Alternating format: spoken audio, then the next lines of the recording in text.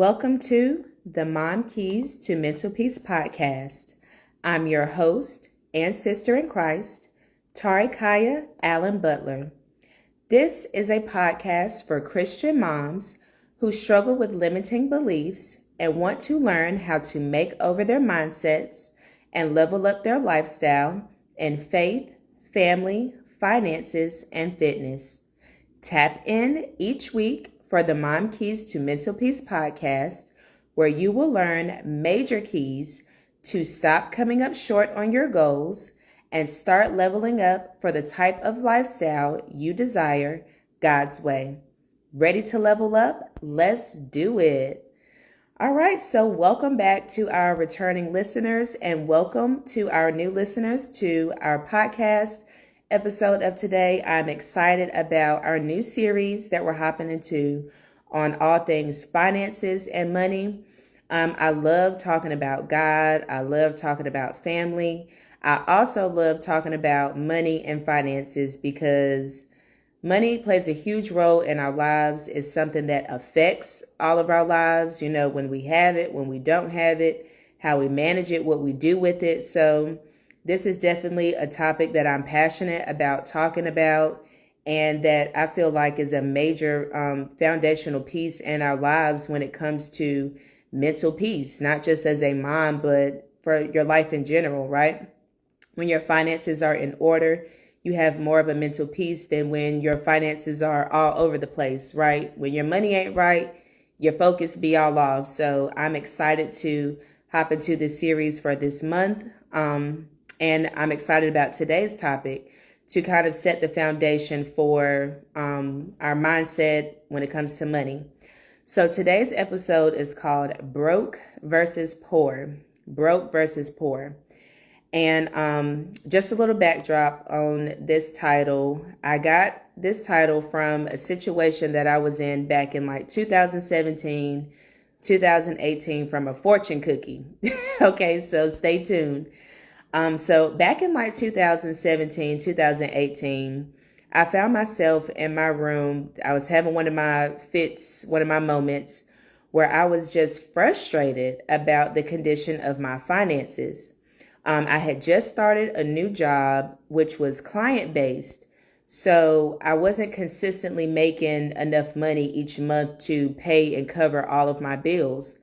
So I was in the position where I had to ask family members for money to cover certain costs, or maybe I was able to pay my bills, but not able to really, live and handle other things I needed to handle throughout that month until I got paid. I was also in a season where, due to some poor financial decisions from me and people connected to me, and I was affected, I was having to kick out a lot of money due to those bad choices in this season as well. So I was just in a space where I just felt like my money was being wasted. My money was being thrown away. I was doing a lot of unnecessary shopping at that time, or just buying things that I didn't need or I didn't use. And that kind of goes back to my money story, which we'll get into a little later. But I was just very frustrated with the status of my finances. I didn't have any money in my savings account. I was one of those people that if I did have money in my savings account, I was transferring it to my check-ins or taking it out to spend it unnecessarily on something, right? So yeah, it was money in savings, but it wasn't staying there. It wasn't being there for a rainy day. I was taking it out as I wanted to buy things that I wanted versus things that I needed, or for an actual emergency, right? So I just found myself in this mindset where I was just sick and tired of being sick and tired. I didn't want to borrow money from people anymore. I was tired of not having enough. So I did what I am conditioned to do, or what my gifting is as far as writing, and just started venting in my journal at this time. And in my journal, I pretty much just wrote a prayer of frustration to God, like asking him to help me to, first off, increase my finances, because of course that's the solution, right? Especially when you're in a financial deficit, you feel like if I could just get more money, then everything will be better. So, of course, that was a request in my prayer, like, Lord, please increase my finances. I asked God to help me to manage my money better. Like, what is it that I'm not understanding? What is it that I'm not getting? And I've always considered myself like not very good at math. That was definitely a subject I struggled in. So I just felt like, Lord, help me to manage my money better. The math ain't mathing. I don't know what's going wrong. Like, just help me to manage better. And I also asked him to help me to not be in the same place financially the following year. I didn't want 2019 to roll around and here I am still dealing with the same money problems. Like, I just did not want to be there. So, y'all, I kid you not. Remember, I said the result of this, or the title of this podcast came from a fortune cookie. So, I had ordered Chinese food at some point that day, and I went to open the fortune cookie. And in it, the fortune read, broke is only temporary, poor is a state of mind. Y'all, this same day that I was throwing a fit about my money, writing in my prayer journal, that's what the fortune cookie said. Broke is only temporary, poor is a state of mind. So in that moment, I just had this revelation like that I had the choice and the ability to get out of this financial hole. It would take work and effort on my part, but essentially what that fortune cookie told me is that it was a mind shift that I had to do about money, right? Nobody wants to be broke. Nobody wants to be poor, but there's a difference in being broke versus poor, and it's all in our mindset. So the mindset shift that I started to make, one of the first things I did was that I started to study scripture and write it out about money. So I did the very basic thing that you could do. I put in Google scriptures about money or scriptures about finances, and I just started to go through and write out all of those scriptures in my journal. Also, at the time, my church held weekly financial literacy classes. They had like a theme each month, and specifically this month, it was on finances. So this class helped me learn so much about the basics of finances and management that I just didn't have the knowledge about. So we learned first and foremost how to establish a healthy money mindset. I dived into my money story, which I learned, from growing up. I watched my mom spend money on food and spend money on unnecessary shopping. She was definitely into retail therapy. And I had found myself in that pattern with my money, but obviously sis must have had the money for it, or my dad was supporting her habits because I didn't have it. So while I'm retail therapy and shopping and stuff, I don't have enough money to pay my bills at the end of this. I got this cute shirt, but I don't even have enough money to go out and even pay for an event or something to wear this shirt to. And that's so funny because I would find myself back then shopping for things or events that I'm going to. And what I had to ask myself was, where are you going? Where are you going? Where are you wearing this outfit? And that question alone saved me a lot of money. So yes, they helped us dig into our money story and figure out, how we picked up the habits that we have with money. They taught about how to create a budget, how to set up a savings account, and how to consistently put money in that account and leave it alone. That was my issue right there. And of course, with it being church-based, they talked about the importance of tithing. Another thing that I did to shift my mindset was I watched more sermons on YouTube and listened to podcasts on financial literacy. I began to read books on financial literacy, and I began to see my mindset shift as a result of engaging in these materials and gaining this financial literacy. So again, it goes back to that fortune cookie. Broke is only temporary. When you're broke, you can figure out a way to make money. But when you're poor, you just feel like this is the way thing is. This is the way things are. And I'm getting ahead of my notes, but yes, so that was my mindset shift journey, or what I went through. And like I said, as a result of doing these things, I began to see a positive change in my finances. So, here we are, 2019, and I was at a vision board party with my friends in this group that I was a part of. And one of my goals was to have a $1,000 emergency savings fund. I had studied some of Dave Ramsey's tips and financial literacy skills, and that's like baby step number one is to have a $1,000 savings account. So at the end of 2019, I did not have that, but I also found myself complaining that 1 year was too long to save $1,000. Now, the reason I said that is because when I looked on how to, save $1,000, I came across some weekly and monthly savings challenges on Pinterest. So I'm seeing these challenges and it's saying how much to save per week, per month. But in my mind, I'm like, 1 year to save $1,000, that's way too long. And, times are definitely hard. Now things are increasing. But at that time, I was thinking, $1,000 is the new $100. Why would I spend one whole year trying to save $1,000 when it can be gone just like that? This was my poor money mindset.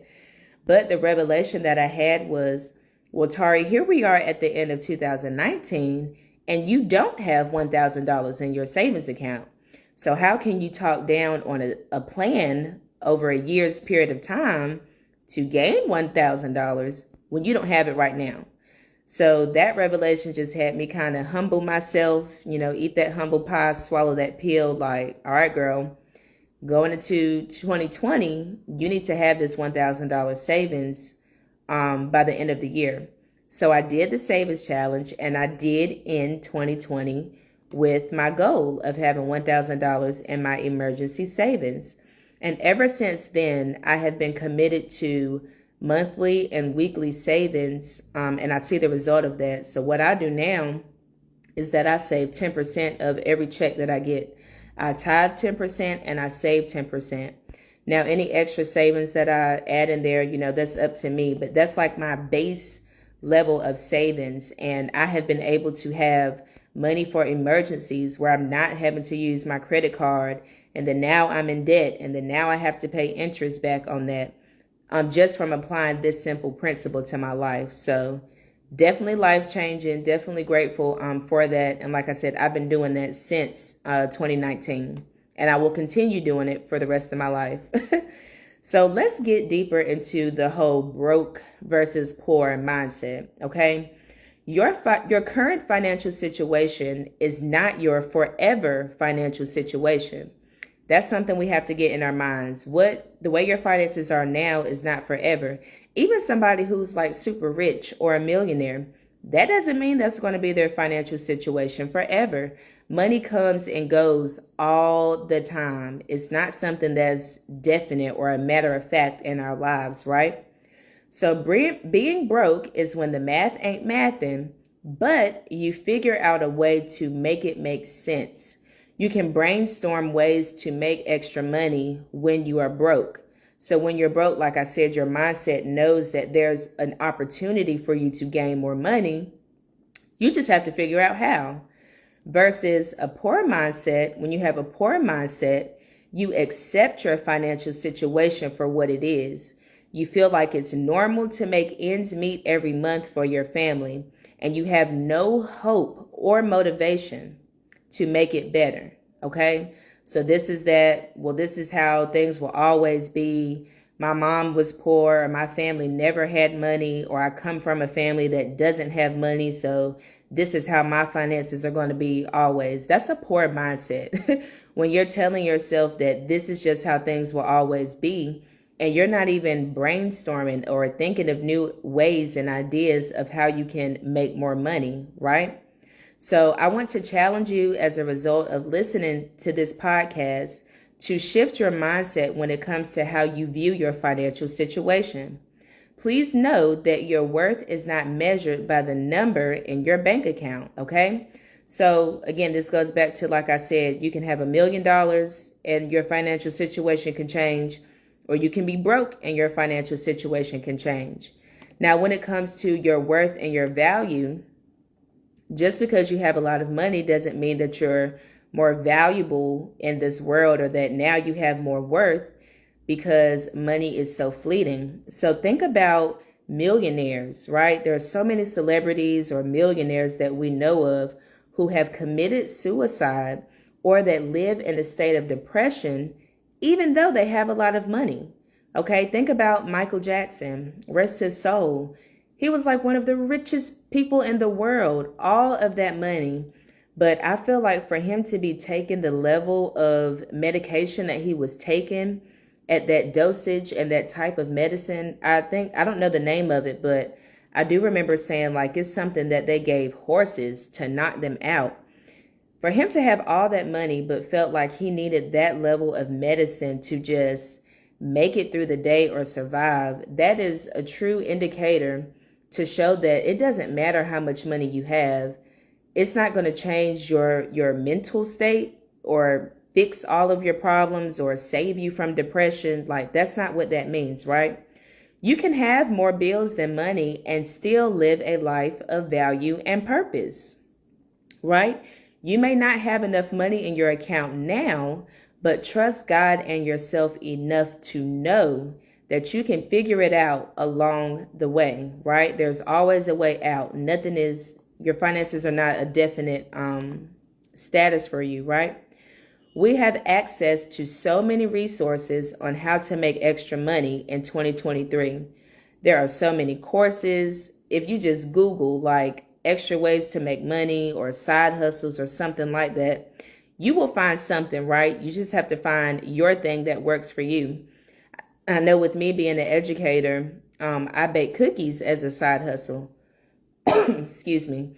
And that's something that has definitely helped my finances as well as like finance my business to where I don't have to touch my work money because this is a side hustle or a little something extra that I'm doing to earn money, right? So you just have to find your niche or your thing.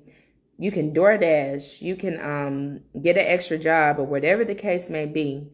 Again, your financial situation is not the end all be all. If you are broke, there is an opportunity for you to earn more money. You just have to figure out how, period.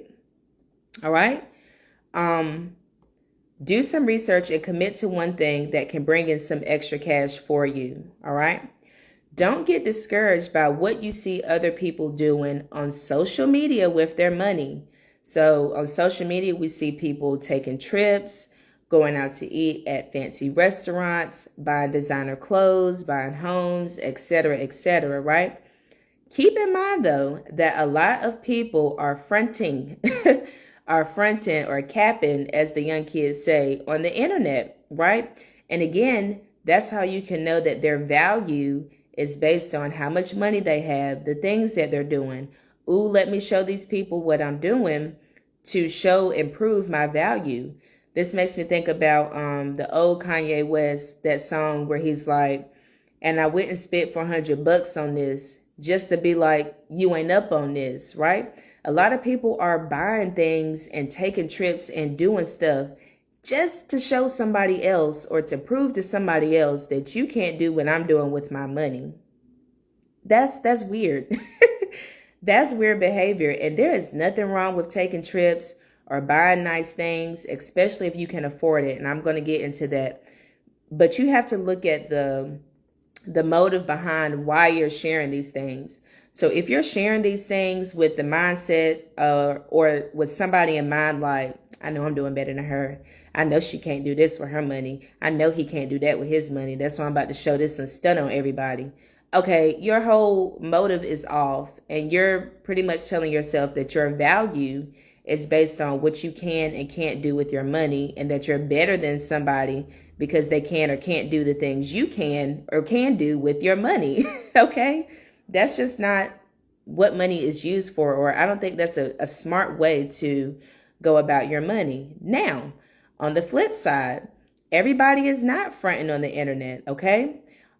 If you do see someone that can buy designer and take trips and buy new homes and things like that, celebrate them, right? Celebrate their accomplishments and what they're able to do with their money.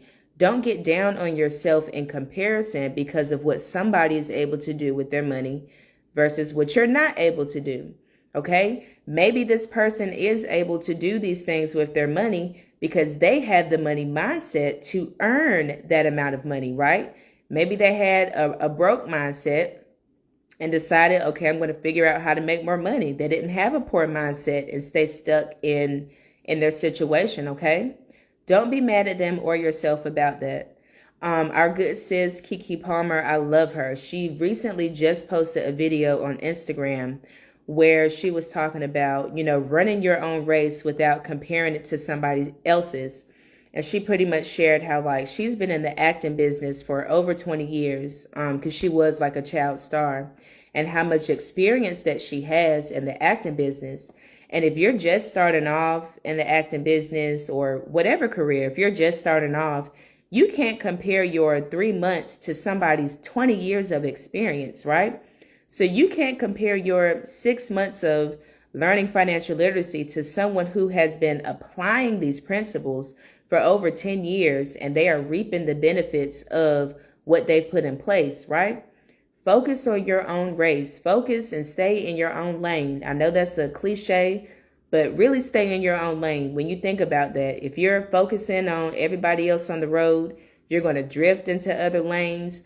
If you're looking at the rearview mirror and woe is me about all the mistakes you made in your finances, then you can't focus on driving straight and moving forward and moving ahead. Stay in your own lane, y'all. Stop pocket watching people, counting other people's pockets, trying to figure out what they're doing, how they're doing. And I'll even say this is for me as well, especially when it comes to buying a home. I've seen people purchase a house because that's a huge desire of mine. And I may wonder, now how they get that house? Now how they paying for that? And I have to quickly remind myself, thank you for the Holy Spirit, that's none of my business. I'm not helping them pay their bills. They're not asking me for a percentage of anything. So how they're handling what they're handling is none of my business. And God, please bless them. This is where the Christian walk comes in. God, please bless them so that they're able to keep up their home and that they're able to pay their bills and live in it and enjoy the fruits of their labor, period. Okay? Sometimes we just have to be real and honest with ourselves. When you understand that money belongs to God anyway, you can accept that there is no limit on money and resources here on earth. So I know there's a saying like the bank didn't stop printing money when they gave you yours. That's pretty much what this is saying here. Okay? God is in charge of all the resources on earth. And Psalms 24:1 tells us this. The earth is the Lord's and everything in it, including money. Okay?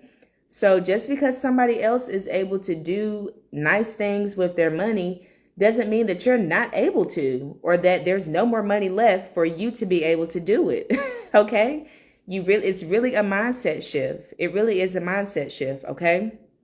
And really believe it and understanding that truth, that God is the source of all resources here on earth. If it's something he needs to get to you, he can, right? Okay? Nothing is ran out of. He can get it to you if he needs to get it to you. And when it comes to shifting your mindset and increasing your finances, just understand that it will take work and effort on your part. It's not something that's just about to happen just because you want it to happen. So you have to get honest with yourself and really see, like, am I just lazy? Am I just not applying myself and doing what I need to do to earn more money? Again, broke versus poor. Broke says, I will figure out a way, I will put in the work to earn more money. But poor says, this is just how I am, so I'm not going to do anything because this is just the way things will always be. Okay? It doesn't matter how much money you earn if you don't have money management skills. You will blow that money and end up broke again. This is such a huge, huge piece that I think we miss, because I will say it is pretty easy to earn money if you're a hard worker and don't mind applying yourself. Now, you don't want to earn that money and then mess it all up because you don't have the proper money management skills. Think about people who win the lottery, right? Winning $1 million, and then in the next 6 months or to a year or whatever, they're dead broke and right back in the same place. Why? Because they didn't have money management skills. So it's not earning more money that will solve all your problems. The management piece goes along with it. Think about NBA stars or rappers who blow their money on whatever, unnecessary things, on chains, on trips, on cars, and all of this stuff. They blow their money. And then you look up again 6 months to a year or however long later, and they're broke again, right back in the same place. So like I said, it's not earning more money that's going to solve all your problems. The management piece goes with it as well. I remember watching Iyanla Vanzant, and I don't know the girl's name, but she had won the lottery.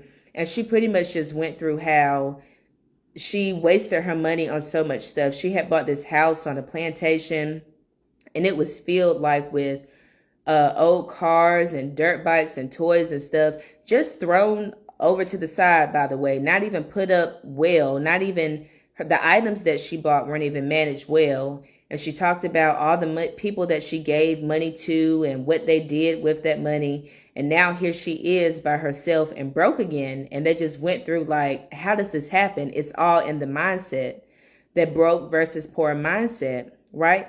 I can remember too, before a transition in my mindset, being broke doesn't feel good, right? So whenever you do get some money, you want to spend it. So whenever I was broke and I would get some money, I would be ready to spend that money just to find myself broke again. You have to manage the money. It's not the more money that's going to solve it. You still have to manage it. I want to give a Netflix suggestion, Get Smart with Money. This was a really good documentary that I enjoyed. Some of the things that they talked about were paying off debt, building a savings account, how to manage and invest large amounts of money, and budgeting. And pretty much it was like 4 different people who were paired up with a financial coach. One of the financial coaches was the Budgetnista. I don't know if you all have heard of her. Her real name is Tiffany Alicia. I think that's how you pronounce it, but she's known as the Budgetnista. And pretty much these money coaches just went step by step with each of these people and helped them to establish their financial mindset on each of these topics. Again, that show is called Get Smart with Money, and it's on Netflix. I highly suggest that you watch it. All right. A broke versus poor mindset as well. You may say, it don't take all that to earn money or to manage money. If you feel like you don't have to keep track of your expenses, if you feel like you don't have to have a budget, if you are that person that says it don't take all that, you have a poor mindset. Period. You have a poor mindset and you are going to stay broke, because it does take all that. It takes intentionality to grow finances and to management. It's important to have a plan, place, and a purpose for your money, or you will fumble the bag every single time. Okay? That's one of my favorite quotes. Have a plan, place, and purpose for your money, or you will fumble the bag every single time. And the last thing, when it comes to having a broke versus poor mindset, you have to give yourself grace and have patience with your financial journey. This is definitely a marathon experience and not a quick race, okay? I heard this great example from a sermon that I watched, and it was on finances and like getting out of debt. And pretty much he said, imagine that you are on the highway and you're driving and you look up and realize that you've been driving the wrong way for about 20 miles, right? So you put in your GPS or whatever, and of course it's going to turn you back around to go the right way, or you're going to have to turn around to go back the right way. In your turning around, you still have to drive those 20 miles that you went the wrong way back to get back on the right track. So that's the same thing with your finances. If you've been making bad decisions with your money for 10 plus years, there's going to be some work that you have to do to get back on the right track, and that's okay. Again, give yourself grace and have patience for this financial journey. It is a marathon. It is not a quick race. Try to learn the lessons from the mistakes that you made during those times and feel the consequences. I think that's something that we don't talk about that much. Is like, there's a consequence for every decision that we make, right? Just because you want to do good and decided that you've changed your mind doesn't mean that you don't have to deal with the consequences of your behavior, okay? Learn the lesson, feel the consequences. Learn as much as you can on your way back on the right track. So as you're getting out of debt, as you're creating your budget, as you're doing these things, still immerse yourself into sources and ways to learn that financial literacy as you're getting yourself back on track. And who knows, that might speed up your process a little more, the more that you learn. But at the end of the day, don't try to rush the process. Take your time and understand that it's going to be a journey, depending on how long you have been making poor financial mistakes, okay? All right, so I want to leave you all with 2 reflection questions. Do you have a broke or poor mindset about money based off what you've learned today? And what are some financial resources that you can start studying this month? Is there a podcast you can listen to, a book that you can read, a YouTube video that you can watch, a course that you can buy, or an event that you can attend, okay? So that is all that I have for you all today. Thank you so much for tuning in with me. If you are not, I would love to have you follow me on both Instagram and Facebook to stay connected. That link will be in the show notes. I would love to have you join the Mom Keys to Mental Peace community, where I share weekly blogs and resources to the ladies who are a part of that group. That link is in the show notes as well. And if you have been enjoying this podcast, be sure to subscribe to the podcast on whatever platform you listen to it, or be sure to subscribe on YouTube as well. That is where I upload the video version of my podcast. If you're more visual and you need to see somebody while they're talking, be sure to subscribe to my YouTube channel. And also be sure to rate, leave a review about the podcast, or share this with someone who it would be helpful to. All right. So I will see you all next week. Like I said, this month we're hitting finances. So this was week 1. I hope that I see you back next week. And I pray that you all have a great night. Bye.